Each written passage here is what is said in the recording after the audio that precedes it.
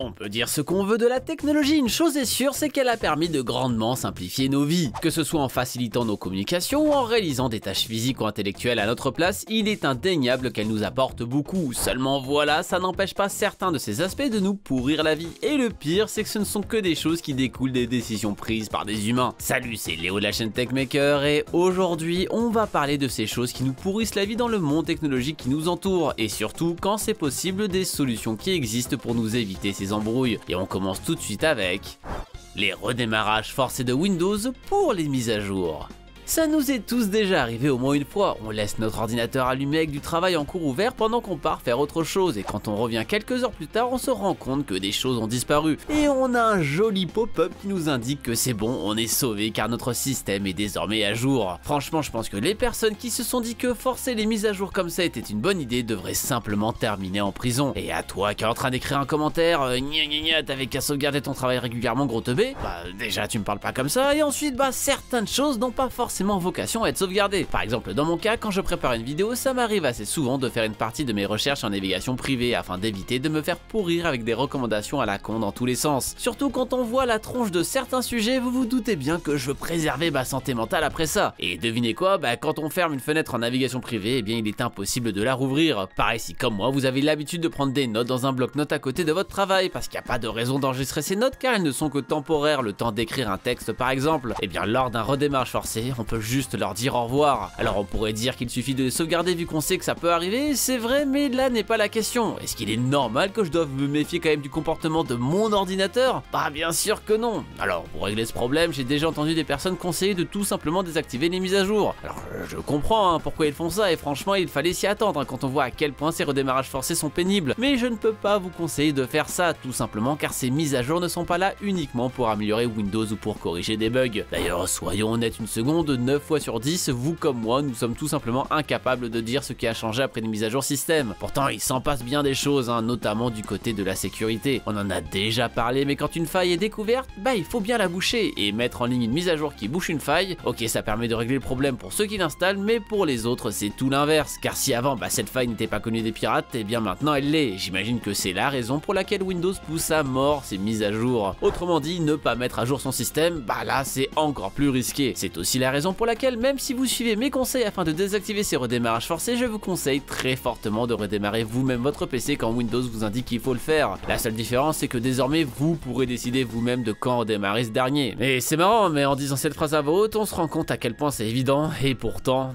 Alors maintenant on passe aux solutions. Déjà comme dit précédemment, s'il vous plaît ne désactivez pas les mises à jour. Ensuite il y a plusieurs façons de régler le problème. Déjà pour ceux d'entre vous qui utilisent l'édition professionnelle de Windows une version supérieure, vous pouvez vous rendre dans un gestionnaire de stratégie de groupe en tapant gpedit.msc. Ici, dans configuration ordinateur, modèle d'administration, composants Windows et enfin Windows Update, vous trouverez dans la liste une ligne pas de redémarrage automatique avec des utilisateurs connectés pour l'installation planifiée des mises à jour automatiques. Et bingo, c'est exactement ce qu'on veut. Double-clic, activer, appliquer et le problème est réglé. Pour ceux qui n'ont pas accès à ce fameux gestionnaire de stratégie de groupe, il va falloir utiliser l'éditeur de registre. Tapez regedit dans le menu démarrer, rendez-vous dans Hashkey, Local Machine, Software, Policies, Microsoft et enfin Windows. Et ici, si vous trouvez un dossier nommé Windows Update, allez dedans. Sinon, il suffit juste de le créer en faisant clic droit, nouvelle clé et nommez-la Windows Update tout attaché. Une fois dedans, pareil avec le dossier nommé AU. S'il existe, on y va, sinon on le crée. Et quand on est dans ce dernier, clic droit, nouveau, valeur d-word 32 bits et on l'appelle exactement No Auto Reboot with Lockdown Users. On lui donne la valeur 1 et le tour est joué. Bon, ok, c'est un peu laborieux qu'on n'a jamais fait ça, mais franchement, ça vaut le coup, non? Allez, maintenant que vous êtes sûr que vos PC vont rester allumés, on va pouvoir passer à la suite avec les normes HDMI.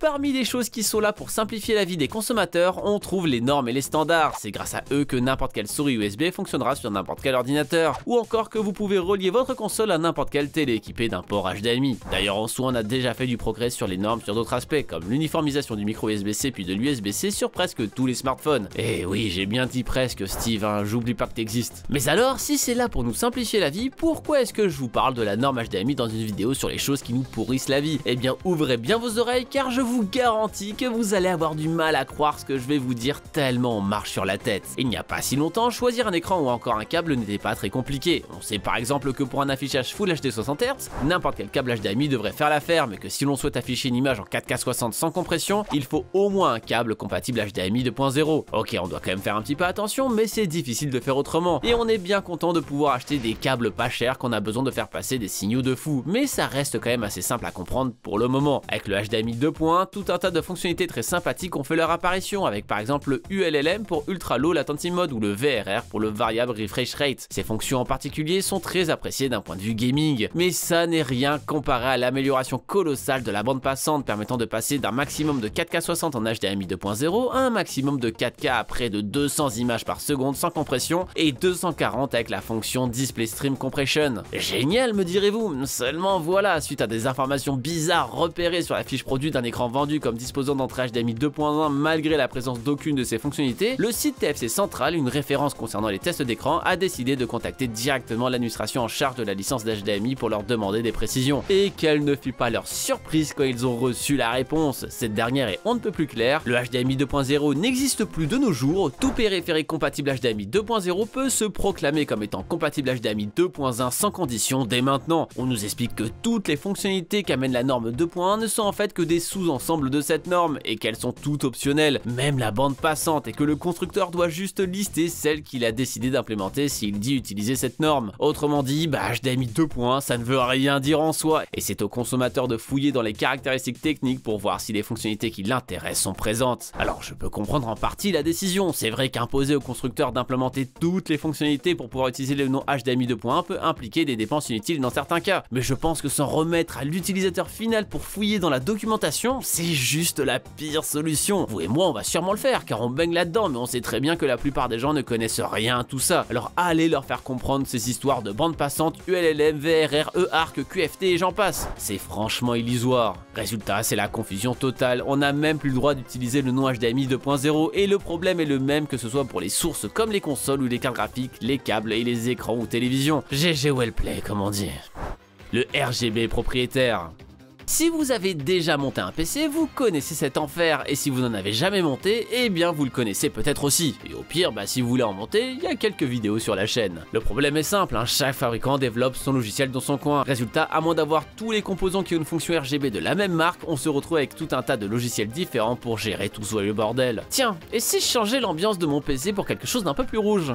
Ok, alors attendez une seconde. Je lance RGB Fusion pour ma carte mère GB, iQ pour ma RAM Corsair, Aura pour ma carte graphique Asus, JE pour mon clavier Logitech et Chroma pour ma souris Razer. Ah mais attendez, c'est lequel déjà qui gère mes ventilos? Et le pire c'est que j'exagère à peine, franchement c'est de la folie. Et en fait c'est pas tout, on a aussi le problème de l'autre côté avec des jeux qui sont compatibles en exclusivité avec le matos RGB de telle ou telle marque. Résultat, seule une partie de votre équipement va réagir aux événements en jeu, ce qui est cocasse quand on se dit que finalement c'est sûrement le côté le plus utile de ces fameux éclairages multicolores. Et surtout on pourrait avoir un giga show de lumière pour ses jeux favoris si tout était compatible super facilement. Imaginez-vous prendre un flashbang en pleine tronche à chaque fois que votre ultime est dispo sur League of Legends. Le but des constructeurs avec tout ça est bien entendu de vous enfermer dans leur écosystème, mais nous on ne veut pas de ces chaînes à nos points. C'est pourquoi je vais vous donner la solution qui va vous permettre de retrouver une harmonie intérieure avec un logiciel pour les gouverner tous. Ce logiciel il s'appelle Signal RGB et non seulement il va vous permettre de contrôler à peu près n'importe quel matériel RGB depuis une seule interface, mais en plus propose une intégration à de très nombreux jeux afin de faire réagir votre matériel à ce qu'il se passe dans votre partie. Warzone, Valorant, Apex, Counter-Strike Global Offensive ou même League of Legends, voire même Fortnite et Among Us, la liste est vraiment longue et détaillée sur le site. De rien.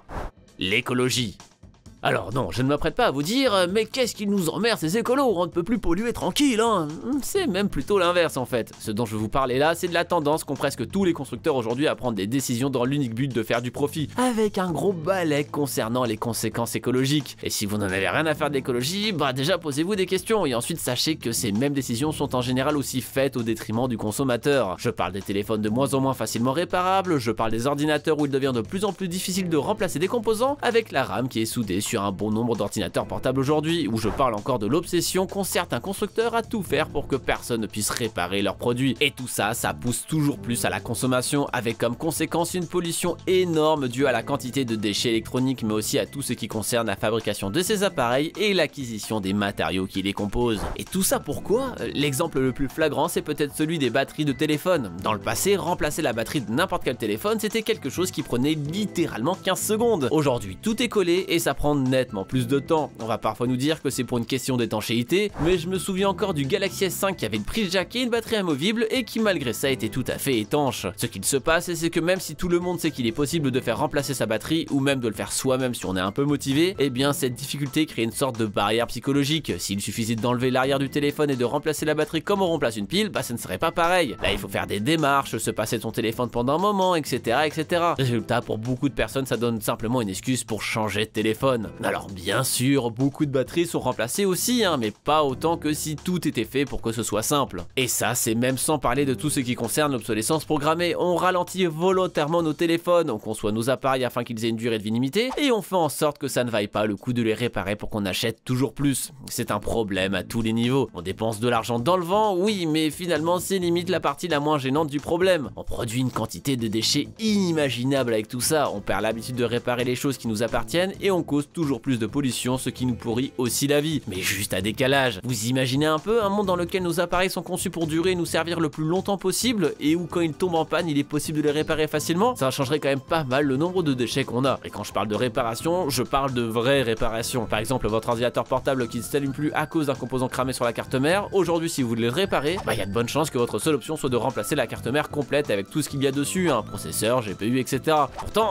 c'est juste un pauvre composant qui est à l'origine de la panne. Bah ouais, sauf que les fabricants ne partagent pas les schémas qui permettraient de retracer l'origine de la panne. Et ils ne proposent pas non plus de faire ce genre de réparation eux-mêmes. Pire, certains fabricants comme Apple passent même des contrats avec les entreprises qui fabriquent des composants pour que certaines puces ne puissent être vendues à personne d'autre. Résultat, même si vous savez que c'est cette puce en particulier qu'il vous faut changer, vous ne pourrez pas le faire car vous ne pourrez tout simplement pas vous procurer une nouvelle. C'est l'un des nombreux problèmes que rencontrent les entreprises qui réparent des MacBooks comme celle de Louis Rossmann, et la seule solution à ça est d'acheter des morceaux de carte mère hors service pour pouvoir récupérer les composants en question dessus, en espérant qu'ils soient fonctionnels. Non mais franchement, dans quel monde est-ce normal ce genre de choses? Le pire c'est qu'à côté il y a pas mal de greenwashing en disant qu'ils font tout pour avoir un bilan carbone neutre. Mais enfin, si derrière ce sont d'autres qui vont en avoir un plus vénère car ils ne pourront plus réparer leurs appareils, ça ne fait que déplacer le problème pour avoir une bonne image. Pour en revenir en batterie, on peut aussi parler de tous ces écouteurs sans fil qui ont envahi le marché ces dernières années. L'extrême majorité d'entre eux n'a juste pas été prévue pour être démontés. Résultat, dans 2 ou 3 ans, ils seront juste à la poubelle. C'est de l'électronique jetable. Ça me fait aussi penser à ces tests de grossesse électronique qui ne sont en fait que des tests normaux avec un capteur qui va vérifier la présence ou non de la fameuse bande. Deus Ex Silicium avait fait une super vidéo là-dessus. On vit vraiment dans un monde de fous. Bon, je me suis peut-être emballé sur cette section, mais faut se dire que ça me tient à cœur et j'espère que c'est votre cas aussi. Il faut militer contre ces pratiques qui font du mal à absolument tout le monde sauf aux actionnaires. Je regardais une interview l'autre jour de Gilles Boeuf sur Blast dans laquelle il disait: tant qu'on aura une économie qui permet de faire du profit sur la destruction du vivant, on ne pourra pas s'en sortir. Et c'est tellement vrai. Si ces entreprises ont ce genre de pratiques, c'est parce que ça leur apporte plein d'argent et que c'est la seule chose qui les intéresse. Alors évitons de leur donner notre argent et soutenons ceux qui vont dans le bon sens. Ça pourra peut-être nous éviter tout un tas de trucs qui nous pourrissent la vie aujourd'hui et qui pourrissent aussi notre vie à venir. Mais vous alors, qu'est-ce qui vous énerve dans ce monde bourré de technologie? Eh bien dites-moi tout ça dans les commentaires. En tout cas, j'espère que cette vidéo vous aura plu. Si c'est le cas, n'hésitez pas à me le faire savoir en me laissant un joli pouce bleu de l'amour. Vous pouvez aussi la partager à tous vos potes qui ont déjà utilisé l'excuse du j'ai perdu mon exposé car mon PC a redémarré tout seul afin de leur éviter une prochaine sale note.